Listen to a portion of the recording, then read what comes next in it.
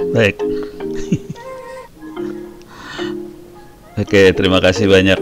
Selamat pagi, assalamualaikum warahmatullahi wabarakatuh. Punten Bu Lina, saya berapa menit ya? Rundownnya kagak apal. Waduh, 20 menit, Bapak. 20 menit? Alah, sia, pusing. Oke, dalam waktu 20 menit. Oke, saya akan coba dalam waktu 20 menit. Saya akan share screen aja. Jadi topiknya lebih ke arah inovasi, kemudian ke arah digital ekonomi kayak gitu ya. Oke, mungkin saya kasih lihat dulu. Ini adalah kontak saya, ada kuliah saya juga free. Ini semua free. Dan materi saya ada di sini sih sebenarnya di LMS Ono Center Everyday /pustaka/doc/internet Indonesia. Di sini salah satunya adalah slide saya buat BPK, Badan Pengawas Keuangan Republik Indonesia. Kebetulan mereka waktu itu bukan urusan keuangan, mereka pengen lihat ke depan tuh teknologi seperti apa sih. Yang ngomong kebetulan banyaknya bekas menteri lah, apa segala macam. Saya diminta waktu itu yang ngomong pertama kali, korban pertamanya saya waktu itu. Oke, saya akan copy semuanya, taruh di chatting. Silahkan dibaca aja nanti di chatting, copy. Bapak punten, Bapak Ya, punten, Pak Ono. ya, ya. Maaf saya koreksi nih waktunya ternyata sekitar 40 sampai 45 menit, Bapak. Oh, 40 menitan. Oke. Iya, betul. Lebih lega. Ya biar tidak terburu-buru ya, Pak ya. Nggak apa-apa sih. Saya coba buru-buru juga nggak apa-apa. Ntar kalau ada pertanyaan, kalau ada yang pengen komen atau nanya langsung, silahkan di chat aja supaya saya bisa langsung bereaksi. Saya akan coba monitoring chatnya. Oke. Jadi itu saya udah posting di chatting informasi-informasi yang dibutuhkan. Tapi singkatnya gini lah, kalau komunikasi ke saya tolong kalau bisa pakai Twitter supaya yang lain bisa ikutan ngobrol. Jadi kita bikin kayak forum tapi di Twitter. Kalau yang sifatnya lebih koordinasi segala macam pakai email boleh. Ini ada 2 e-learning di sini free untuk materi yang nanti saya sampaikan seperti data science segala macam. Ini ada kuliahnya free di sini di Open Course ITTS ACID sama di LMS Ono Center RID. Yang di ITTS ada sertifikatnya free juga. Ini kampus teman-teman di kampus Sukabumi di Nusa ini silahkan juga di copy nih kuliahnya, silahkan aja sih free juga. Ini perpustakaannya ada di sini, silahkan diambil. Ada yang berbentuk video, ada di YouTube, ada juga di Saka Milenial. Oke. Nah sekarang saya akan kasih lihat sedikit tentang mungkin slide saya di BPK itu ya. Jadi waktu itu mereka teman-teman BPK itu minta saya kasih arahan tentang IT dan COVID-19, arahnya seperti apa sih gitu kira-kira. Isu yang besarnya adalah nanti di dalam sini sebetulnya akan banyak sekali inovasi yang bisa kita kembangkan sih sebenarnya. Jadi ini dari sisi teknologi, cuman kalau kita lihat dari sisi inovasi, banyak banget inovasi yang bisa kita kembangkan di sini. Outline-nya kira-kira gini. Yang pertama adalah masalah digital transformation, transformasi digital. Jadi Pak Presiden, Pak Jokowi waktu itu sempat ngomong bahwa kita, kementerian lembaga terutama, harus melakukan transformasi digital. Cuman kebanyakan yang terjadi adalah digitalisasi. Jadi ini adalah salah satu topik riset yang paling yang dahsyat sih sebenarnya buat seorang sistem informasi. Transformasi digital itu seperti apa sih? Gitu, kira-kira kayak gitu ya. Nanti saya kasih lihat juga tren yang terjadi seperti apa, kunci keberhasilannya seperti apa supaya bisa terjadi transformasi digital. Tapi yang terakhir policy sama ekosistem lebih ke arah kebijakan sih sebenarnya. Cara berpikir saya sebenarnya sederhana banget. Saya pengen bangsa Indonesia bisa mandiri, berdikari, berdaulat sebenarnya. Itu aja sih dasar saya bermain, dasar saya bekerja, dasar saya berinovasi, ngoprek dan sebagainya. Tujuannya sederhana banget sih, supaya kita bisa mandiri, kita bisa berdiri sendiri, kita bisa berdaulat. Jangan sampai tergantung sama luar, jangan sampai kita dijajah sih sebenarnya. Karena penjajahan hari ini tidak pakai bedil, tidak pakai bom, perang dan sebagainya. Penjajahan hari ini teh pakai ekonomi, dibikin kita tergantung dan akhirnya duit kita ditarik keluar. Itu yang saya sebel sih sebenarnya. Oke, sekarang kita lihat transformasi digital itu seperti apa. Kalau kita lihat proses yang terjadi di masa lalu, yang konvensional, semua serba manual dan terikat ruang dan waktu. Jadi tergantung ruang dan waktu. Contoh, kalau kuliah kan pasti ada ditentukan kelasnya di mana, jam berapa, itu kelihatan banget. Dan ini juga terjadi di proses-proses di dunia pemerintahan dan sebagainya. Semua ada masalah keterikatan ruang dan waktu. Pendaftaran misalnya Samsat, lokasinya di mana, jam berapa sampai jam berapa. Ini semua di proses konvensional.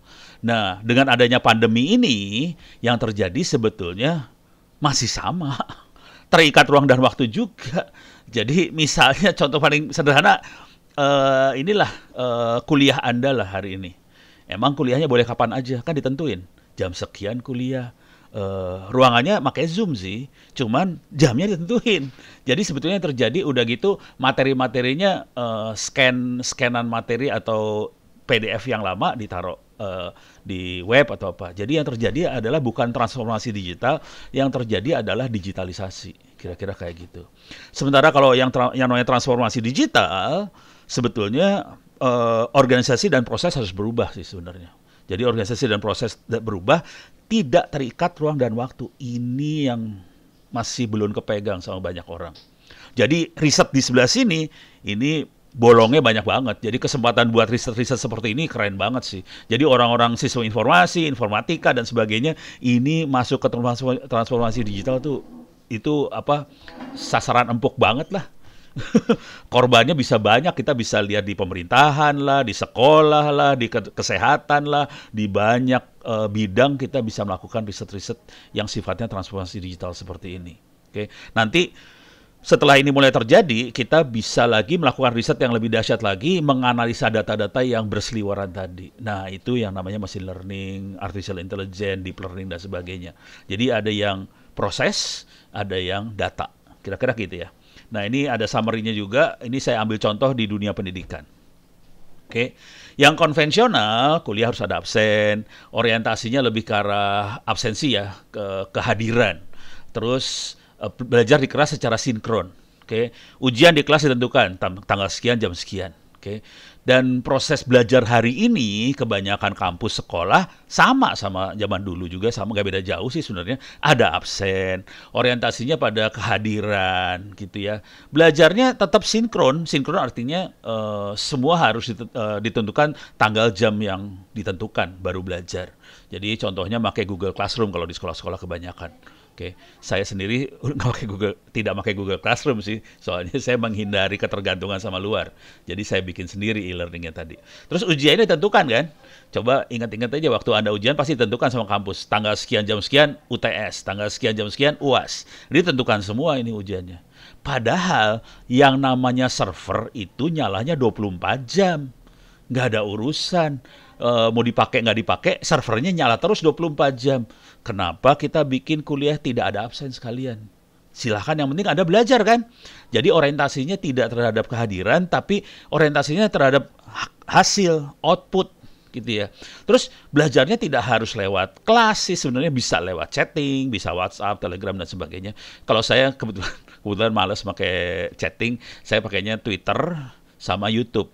Kalau yang sebelumnya sifatnya sinkron, artinya ditentukan waktu tanggal sekian jam sekian kuliah. Kalau saya lebih banyak mainnya asinkron. Jadi kalau kelasnya tetap ada, kalau Anda mau hadir syukur, kalau tidak hadir ada rekamannya. Saya taruh di YouTube juga.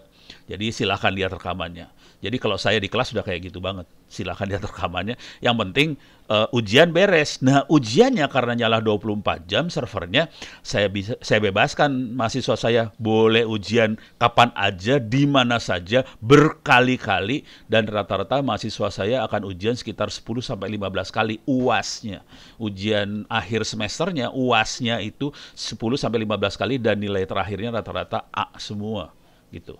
Jadi remedial hilang dengan sendirinya. Karena kita tahu sendirilah, 99,9% mahasiswa di Republik Indonesia belajarnya waktu ujian semua kan. Ya. Jadi, dan padahal kita sebagai dosen tahu, sebagai guru tahu bahwa seorang mahasiswa hanya akan pinter kalau dia belajar berkali-kali. Nah, satu, mahasiswa belajar waktu ujian aja, kalau bisa pas ujian dia belajar. Kalau yang agak bener dikit, malam sebelum ujian baru belajar. Dan kita tahu sebagai guru atau dosen bahwa sebagian besar mahasiswa akan belajarnya satu kali aja, kalau itu pun kalau disuruh. Padahal kita tahu bahwa mahasiswa hanya akan pintar kalau belajarnya berkali-kali, baca materinya berkali-kali gitu. Jadi taktik yang saya pakai, suruh aja ujian berkali-kali supaya baca berkali-kali, akhirnya pinter gitu. Sekarang saya kasih lihat contohnya langsung ya. Ini contohnya, ini kuliah beneran langsung. Ini kuliah beneran saya. Ini kebetulan yang open course ya. Open course ini free. Anda semua bisa masuk ke sini dan bisa dapetin sertifikat free kalau dapat nilai 90. Saya kasih lihat open course yang cyber security lah buat jadi hacker dan sebagainya. Di sini ada bentar naik ke atas. Ini dia cyber security. Ini belajar jadi hacker sih sebenarnya. Jadi di sini ada teknik hacking apa segala macam. Dan ini termasuk kuliah yang paling banyak diminati. Tapi ini free, nggak usah bayar SPP. Bahkan ini siswa SMA pun ada yang ngambil ke sini. Dan akibatnya kalau dia dapat nilai 90 langsung biasanya kita tarik. Mau jadi mahasiswa di TTS kalian nggak gitu. Ini masukan aja barangkali buat teman-teman pimpinan di kampus di Sukabumi. Salah satu teknik buat rekrut mahasiswa adalah tidak pakai ujian saringan masuk, tapi suruh aja ikut kuliah. Kalau dia bagus, rekrut aja jadi mahasiswa, kan enak. Gelo ini mah kacau lah. Nah, saya kasih pilihan gini. Satu, buat dapat nilai A, bisa nulis buku. Jadi bukan ujian, nulis buku. Tapi jujur sih dari sekitar 40-50 mahasiswa, cuman satu mahasiswa biasanya yang nulis buku.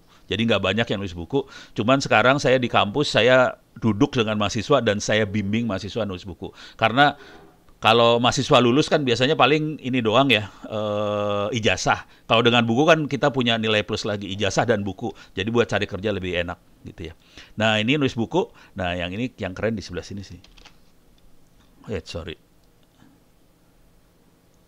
Nih, bagi yang tidak berani nulis buku, silakan kerjakan ujian, kerjakan semua kuis, jika nilai belum 100, kerjakan lagi sampai nilai 100. Ada sekitar 20-an kuis, jadi kuisnya banyak, ada 20-an kuis, tapi cuma 6 soal, nggak banyak. Kalau belum 100, silakan kerjakan sampai 100. UTS UAS bisa dikerjakan berulang-ulang, sampai dosen memasukkan nilai. Akibatnya nilainya bisa 100 semua satu mahasiswa. Saya kasih lihat di bawah, ini materinya bisa dilihat-lihat lah kalau iseng. Saya turun ke bawah aja cepet. Ini dia. Jadi bagi yang nilai akhirnya di atas 90 akan bisa dapat sertifikat. Di sini bisa diklik, sertifikatnya bisa diambil secara elektronik kayak gini. Dari 2000 mahasiswa yang terdaftar di sini, cuma 20 yang dapat 90 sih sebenarnya. Dikit sih, kasihan juga sih sebenarnya. Nih, dapat sertifikatnya free. Oke. Jadi kira-kira gitu taktiknya. Sekarang saya balik lagi ke slide. Jadi udah kebayang ya, yang namanya transformasi digital seperti itu. Dan di situ saya ngeluarin paper jurnal. Dari keisengan kayak gitu kita bisa keluar paper jurnal. Paper jurnalnya judulnya kira-kira gini. Bagaimana efek kalau kita bikin proses belajar menjadi lebih rileks, tidak tergantung sama absen. Itu paper loh, kayak gitu. Kan kita statistiknya ada semua di e-learning itu ada statistiknya ya. Ujiannya berapa kali, nilainya kenaikannya kayak gimana, dari kenaikan nilai dan sebagainya jadi paper jurnal, jangan khawatir. Gitu ya. Nah, sekarang kita lihat lebih dalam lagi, keinginan masyarakat itu seperti apa sih? Keinginan masyarakat nggak banyak sih sebenarnya. Saya kebetulan caranya ngobrol di Twitter, ada sekitar hampir 400.000 orang yang ngobrol dengan saya di Twitter. Akhirnya kita punya sense, punya perasaan bahwa sebetulnya masyarakat inginnya nggak macam-macam. Satu, internetnya cepat, internet murah, internet ada di mana-mana. Cuman kenyataan hidup tidak seperti itu, akibatnya kita harus ngembangin teknologi buat internet cepat, murah, dan sebagainya itu. Oke, nanti saya kasih lihat yang rada ngaconya, tapi nggak ada di slide ini. Kenyataan hidup terbatas, akses internet dilarang, padahal kita bangsa Indonesia ada 60.000 RT RW net di dunia. Dan kita jadi contoh dunia untuk itu ya. Bahkan teman-teman di International Telecommunication Union atau PBB-nya telekomunikasi, mereka menjadikan Indonesia contoh bagaimana cara bikin internet yang murah merakyat gitu. Jadi kita bisa jadi contoh banget dan itu jadi paper dunia. Contoh, saya kasih contoh langsung ya.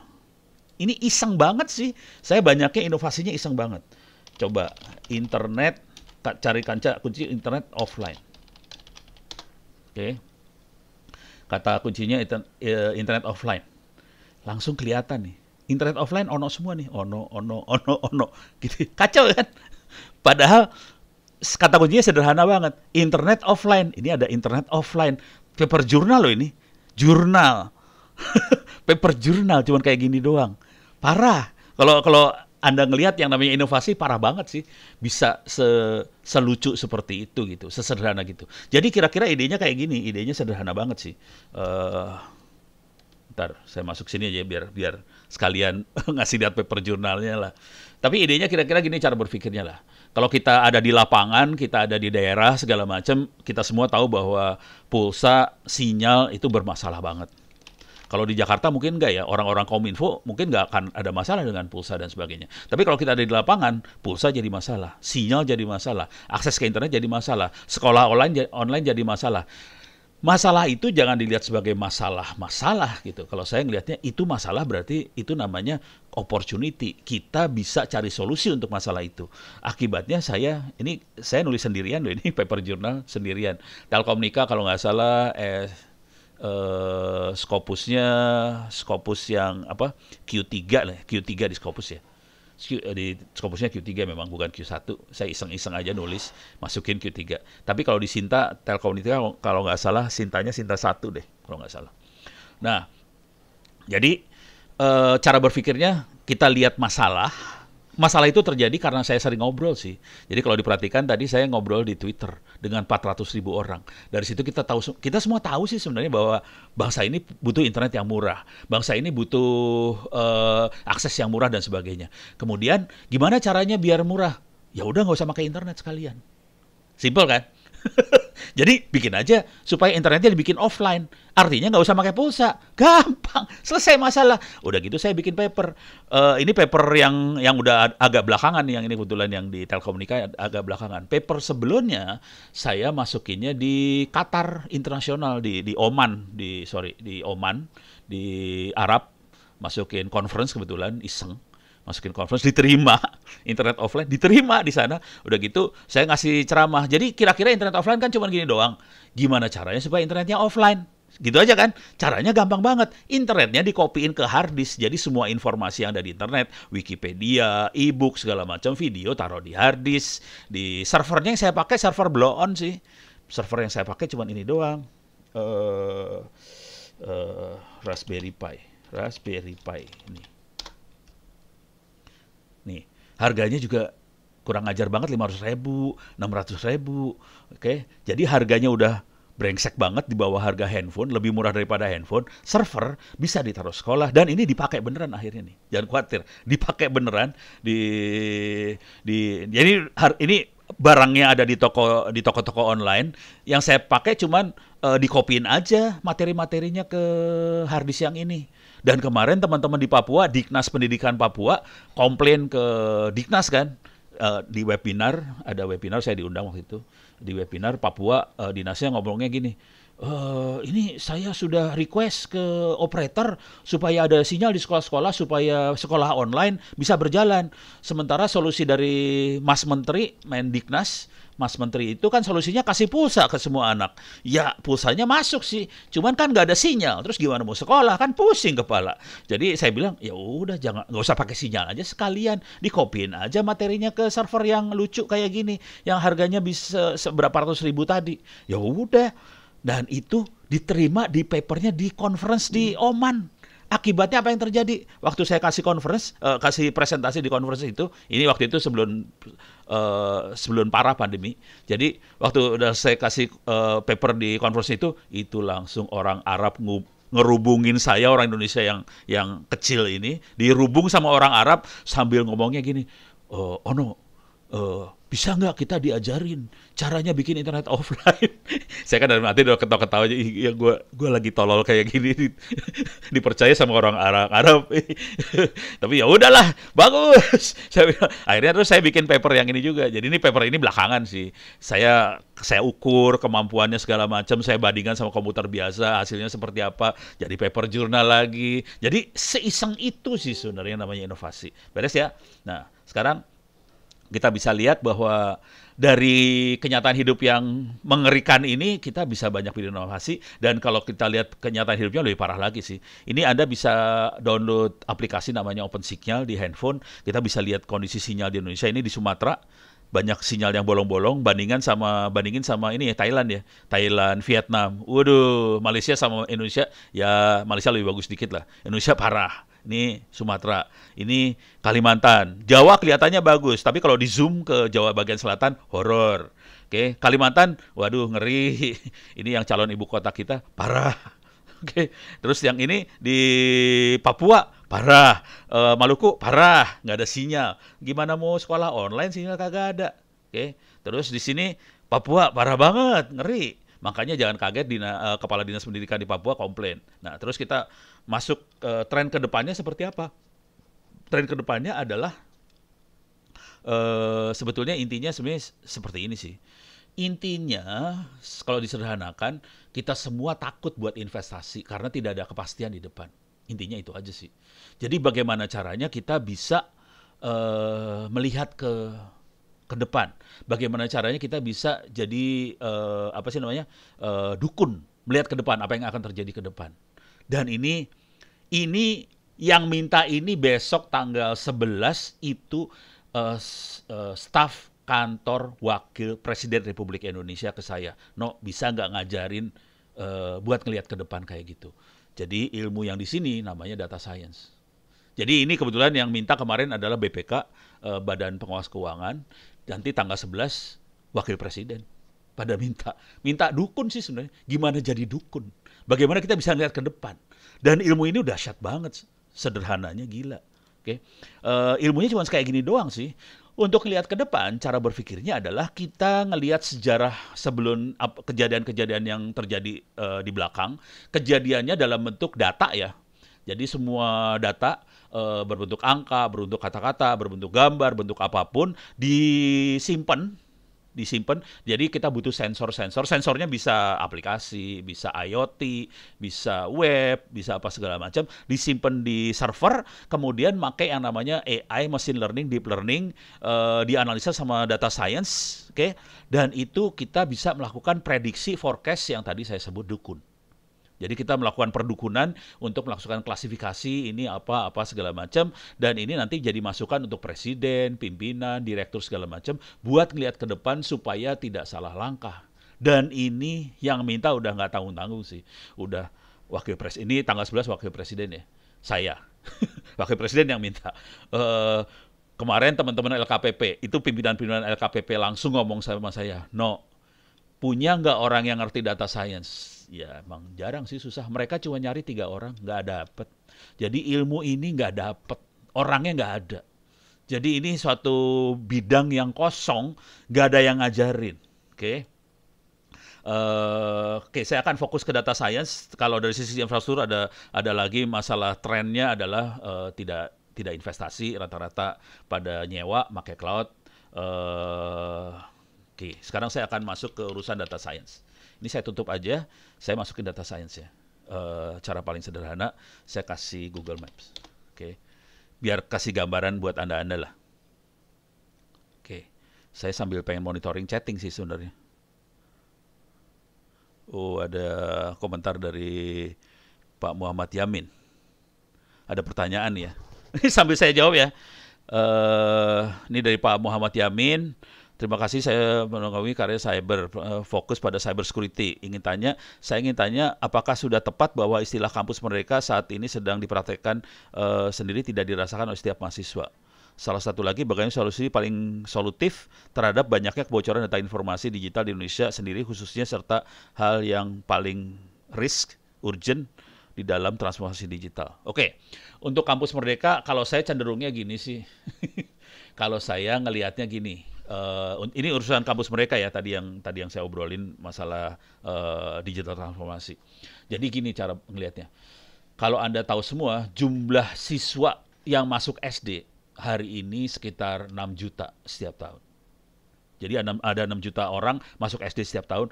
Yang lulus S1 hari ini setiap tahun cuma 600.000 gitu. Jadi masalahnya bukan masalah kampus merdeka kalau saya melihatnya. Ini masalah hak azazi manusia untuk dapat ilmu supaya jadi pinter. Kampus merdeka hanya salah satu alat atau cara supaya orang pinter. Tapi tujuan utamanya adalah bagaimana supaya 6 juta orang masuk SD bisa jadi sarjana semua. Jangan 6 juta masuk, 600.000 yang jadi sarjana. Itu kan cuma 10%. 90% dijamin oleh Diknas tidak akan pernah jadi sarjana. Itu yang ngeri banget sih sebenarnya. Jadi kalau saya ngelihat kampus merdeka itu seperti itu. Cuman saya kan bukan menteri, jadi beda cara berpikirnya. Makanya saya kasih free semua. Kuliah saya free-in semua. Silahkan Anda ambil ilmunya, silahkan ambil sertifikatnya, gratis semua. Jangan khawatir masalah rezeki mah akan datang dari tempat lain sih. Asli, pengalaman pribadi kayak gitu. Jadi kalau saya ngelihatnya seperti itu. Saya berharap bangsa ini bisa pintar semua sih, kira-kira gitu. Kalau Anda pengen ngopi perpustakaan saya, silahkan kopi juga. Saya kasih lihat aja ya, biar horor. Bentar, saya harus share screen dulu. Jadi urusan perpustakaan silahkan di copy juga. Ono Center ORID id/wiki. Oke, ebook. Kemudian di sini ada ebook. Kalau ada apa-apa bisa kirim email ke saya sih. Jadi ini perpustakaan saya. Sekitar 7 tera total sih, tapi rata-rata orang-orang ngirim harddisk cuma 1 tera segala macam. Ini semua bahasa Inggris kebanyakan. Nah, banyak yang nanya ke saya, bayar berapa? Jawaban saya biasa gini, Anda bayar pakai doa setiap sudah sholat, doanya kira-kira gini bunyinya, semoga amal ibadah Ono diterima dan dilipat gandakan, semoga perjuangannya dimudahkan, dilancarkan. Udah itu aja, doa aja dah. Gitu ya. Beres ya? Jadi bisa di copy. Oke, saya balik lagi ke chattingnya biar saya baca. Masalah kebocoran data segala macam, ini topik lain cyber security, tapi poinnya sederhana banget. Sebagian besar serangan itu kenanya di user sih. Jadi kalau ngerti mindset attacker, penyerang, biasanya mereka akan ngelihat usernya siapa. Yang paling lemah apa? Yang paling lemah adalah user, yang diserang user. Kira-kira kayak itu. Tapi karena saya waktunya sempit banget, saya akan kasih lihat data science-nya ya. Sorry. Maaf. Saya sharing aja lagi. Saya masuk ke data science secara cepat aja. Untuk belajar data science, sarannya bisa lihat di kuliah saya yang ini balik lagi. Oke, ini balik lagi. Ada kuliah. Ntar. Saya masuk ke dashboard dulu. Jadi Anda bisa masuk ke sini free tadi. Nah, kuliahnya yang dibutuhkan adalah kuliah yang ini, data engineering. Oke, jadi silakan ikut kuliah data engineering ini. Kebetulan bahasa yang dipakai ada beberapa. Saya pakai Orange, pakai R, pakai Python, pakai TensorFlow. Oke, cuman buat pemula sangat disarankan pakai Orange. Saya nggak akan bahas terlalu dalam di sini karena waktu saya paling cuma sekitar 10 menitan lagi. Rada susah saya buat ngebahas dalam waktu 10 menit. Tapi kira-kira ini aplikasi yang dipakai Orange ini data mining. Oke, Anda bisa nyari Orange data mining di Google. Nanti di sini ada download nih, bisa di-download free. Ada di Windows, macOS, Linux. Programmingnya sangat gampang banget, saya akan demoin sekarang programmingnya. Jadi programmingnya kayak gini, bentuknya kayak gini, grafik kayak gini. Oke, jadi programmingnya grafik seperti ini. Saya akan langsung jalankan Orange-nya. Oke, Orange Canvas, saya jalanin dulu. Belum sempat dijalanin. Jadi saya jalanin. Anda nginstalnya juga gampang banget. Ini baru saya install kemarin sih. Jadi komputer saya baru saya format kemarin karena kemarin saya ada masalah. Kayaknya crash nih komputer, kacau lah. Akhirnya saya format dan ini baru diinstal kemarin. Jadi masih bersih banget, belum ada jang-jang segala macam. Tampilannya kira-kira gini kalau pertama kali jalan. Kalau Anda belajar pertama kali, klik example ini contoh. Oke. Di sini ada contoh-contoh, bisa dilihat cara. Ini program yang Anda lihat di atas ini program ya. Jadi programnya bukan if then else, kata-kata, teks bukan. Programnya berbentuknya grafik seperti ini. Oke. Saya akan jadi kalau Anda belajar yang machine learning dan sebagainya, ada banyak sekali teknik machine learning, ada yang namanya supervised learning, ada unsupervised learning. Kalau supervised learning itu datanya di tag duluan sama orang bahwa kalau ini adalah miskin, kalau ini kaya, kalau ini pinter, kalau ini bodoh segala macam. Jadi orang nge-tag datanya. Kalau unsupervised learning data tidak di-tag sama orangnya. Jadi komputer yang akan berusaha mengklasifikasi data yang kita masukkan. Saya akan masuk ke tingkat yang lebih sulit lagi. Saya langsung loncat aja di sini. Next, oke.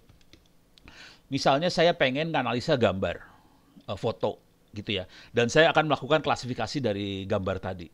Contoh, saya punya misalnya kalau saya punya foto-foto virus COVID, dia dari foto-foto virus COVID, dia komputer akan melakukan klasifikasi. Oh, oke, gambar yang seperti ini COVID, gambar seperti ini flu, gambar seperti ini bakteri, gambar seperti ini apa.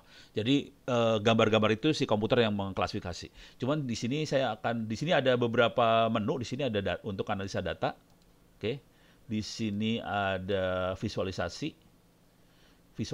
Di sini ada model buat modelingnya. Di sini buat evaluasi dari model-modelnya. Di sini ada unsupervised learning-nya.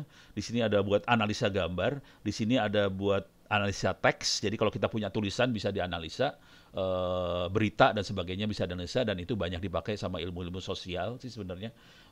Misalnya kita menganalisa sentimen positif, negatif segala macam. Ada text mining, ada network. Oke, saya akan analisa yang ini, gambar. Oke. Di sini saya masukin domestic animal, ada 20 gambar. Di sini saya masukin gambarnya kira-kira bentuknya seperti ini. Oke. Ini gambarnya saya masukin, ada sapi, ada ayam, ada bebek dan sebagainya. Dan kita mau mengklasifikasi, ini keluarga yang mana sih? Ini apakah sapi sama ayam satu keluarga? Apakah kambing sama bebek satu keluarga? Kita pengen lihat ini keluarganya yang mana aja, gambar ini keluarganya sama keluarga yang mana. Dengan cara ini kita bisa mengklasifikasi muka orang juga, misalnya ini Pak Jokowi, ini Ono. Jelas Ono lebih jelek daripada Jokowi, jelas ya. Jadi kayak gitu bisa kita klasifikasi mana yang paling jelek di dunia, bisa kelihatan juga sih sebenarnya. Beres ya? Nah, datanya sebenarnya kayak gini nih bentuknya datanya. Datanya sih cuma kayak gini doang. Ini programming kayak gini doang nih sekarang, programming kayak gini doang ya. Parah banget programmingnya, cuma ditarik doang jadi program ya. Nah, data yang dimasukin cuma kayak gini doang nih. Ini gambar, nama file, size itu besarnya file, kilobyte, terus udah gitu pixel, lebar sama tinggi pixelnya kayak gini doang. Tidak ada informasi sama sekali, ini keluarganya siapa, kagak ada. Tugas kita adalah, tugas programnya adalah buat mengklasifikasi, mengcluster, membuat kategori, mengclustering bahwa ini keluarganya siapa, gitu ya. Tapi data itu nggak ada di sini. Oke, cuman kalau kita bayangkan kalau ini hewan, kalau cara kita cluster kan hewan yang bersayap kita jadiin satu, hewan yang kakinya 4 kita jadiin satu, hewan yang gendut kita jadiin satu, hewan yang suka lari kita jadiin satu, hewan yang lucu-lucu kita jadiin satu, gitu kan? Cara clustering kan kayak gitu kan? Kalau pakai mata manusia, sekarang bisa nggak mata manusia diganti sama komputer? Kira-kira kayak gitu, beres ya? Nah, caranya adalah kita pakai ini, image analysis, kita masukin image embedding. Oke. Nah, image embedding kita lempar ke server di luar. Ini saya pakai Google Inception Tree. Oke, Google Inception Tree itu apa? Nah, ini saya masuk sini dulu. Google Inception V3. Oke. Nah, ini dia bentuknya kayak gini. Ini adalah neural network. Oke, neural network, dan ini hidden layer-nya banyak banget, dan kita bisa melakukan klasifikasi, bukan klasifikasi ya, dia bisa mengekstrak fitur. Kakinya ada berapa? Tadi kakinya ada berapa, tapi fitur ini bukan kaki, sinter. Dia akan bisa mengekstrak fitur. Oke, sekarang saya akan lakukan, saya akan sambungkan ini nih saya sambungin nih ke sini. Teng. Dikirim ke internet, dibalikin lagi. Cepet nih, cepet banget ya, jangan khawatir. Nah, kita lihat datanya sekarang seperti apa setelah dapat dari internet. Ini saya turun ke bawah lah biar ada bagus sedikit. Programnya bisa geser-geser kayak gini ya, lucu banget lah pokoknya ini mah. Oke. Nah, ini kalau kita ingetin, saya akan ngingetin data yang asli seperti ini. Data yang aslinya kayak gini. Oke. Sekarang kita lihat data yang hasil dari Google. Biar saya lihat, saya kasih samping-samping gini ya. Oke. Ini data asli sebelah kiri, ini data dari Google. Sebelah kanan hasilnya seperti ini. Tuh, ada tambahan sama dia. Ditambahin sama Google-nya loh. Ini sampai 2047 fitur dideteksi dan fiturnya berupa angka ya. Nah, caranya kita melakukan klasifikasi adalah kita lihat yang jarak angkanya dekat 0,309 sama 0,301 ini dekat. 0,51 jauh. 0,09 jauh, jadi ini dua dekat. Kira-kira kayak gitu. Jadi kita ngitung jarak sih sebenarnya. Jadi itu ada fasilitas buat ngitung jaraknya ada di unsupervised learning yang ini, distance jarak. Oke, udah dihitung jaraknya. Oke, sekarang kita bikin cluster. Cluster kayak gini, sambungin. Oke, supaya enak saya akan gambar lagi. Image viewernya saya keluarin dari cluster. Oke, cuman nanti dia tergantung yang kita select, yang kita pilih apa. Oke, nah ini saya kecilin. Nah ini hasil clusternya dia. Misalnya ini. Oh, saya kasih lihat image viewernya, saya kasih lihat dulu ya. Nah ini hasilnya. Ini dia. Ini rabbit sama cat. Kelihatan deket kan? Coba kita pilih yang lain. Oke, ini cow sama calf. Dekat. Kita lihat lagi yang lain. Kid sama goat dekat. Coba sama ini. Go.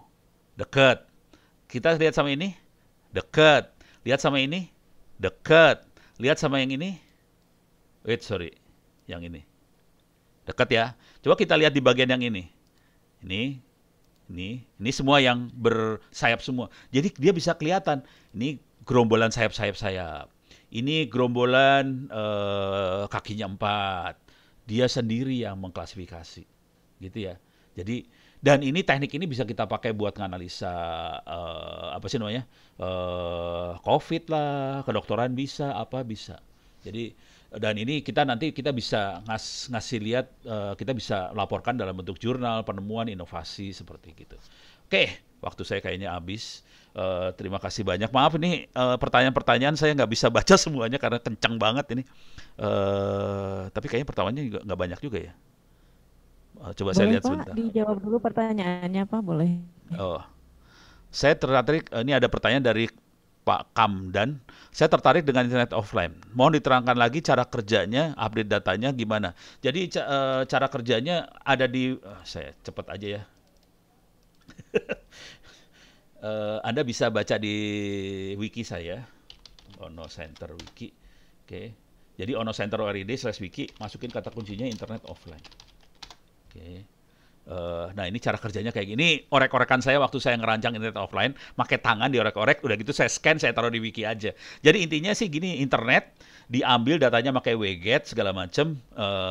Saya sebutnya pengumpul, dan masukin ke SD card. SD card ini saya colokin ke Raspberry Pi. Raspberry Pi ini nanti diakses dalam Raspberry Pi ada Wi-Fi-nya sendiri. Kita bisa sambungin juga ke access point, nanti laptop, handphone segala macam bisa akses lewat Wi-Fi ini ke Raspberry Pi ini. Nanti update-nya gimana? Ini kan targetnya buat sekolah ya, dan di sekolah informasi sebenarnya nggak terlalu banyak, nggak sedahsyat kita yang kerja ya. Jadi informasinya relatif stabil dari tahun ke tahun. Jadi sebetulnya kalau ngupdate copy SD card yang baru sih sebenarnya. Jadi fisik banget, tidak lewat jaringan ngupdate-nya. Jadi offline-nya kira-kira gitu. Oke, ini mudah-mudahan bisa menjawab Pak Kamdan. Oke, apakah nanti bisa minta recordingnya? Oh ini buat panitia kali ya. Tapi saya ngerekam sih, jangan khawatir. Jadi nanti saya upload lah rekaman saya. Ini kayaknya itu. Ada lagi nggak Bu Moderator, Bu Lina? Ada lagi pertanyaan? Saya nemunya cuma itu aja ya pertanyaannya. Punten, Bu Ya Moderator. mungkin ada yang ingin bertanya langsung dari peserta, Oh, boleh di-unmute dulu mikrofonnya, silakan. oke. Bolehlah saya kasih bonus Pak untuk Bapak 5 menit lagi ya Pak. Waduh, kasihan pembicara lain, saya teh bukannya apa-apa, malu saya. Nggak ada kayaknya Bu. Tidak ada ya, sepertinya ya. Baik Ya, Bapak, pakai email sama terima Twitter aja kasih nanti lain banyak kali ya. presentasinya. Ya. Oke, Terima baik. kasih banyak Bu Lina, mudah-mudahan bisa bermanfaat. Billahi taufiq wal hidayah. Assalamualaikum warahmatullahi wabarakatuh. Waalaikumsalam warahmatullahi wabarakatuh. Waalaikumsalam warahmatullahi Terima kasih wabarakatuh. banyak kepada Terima Bapak kasih Ono. Om.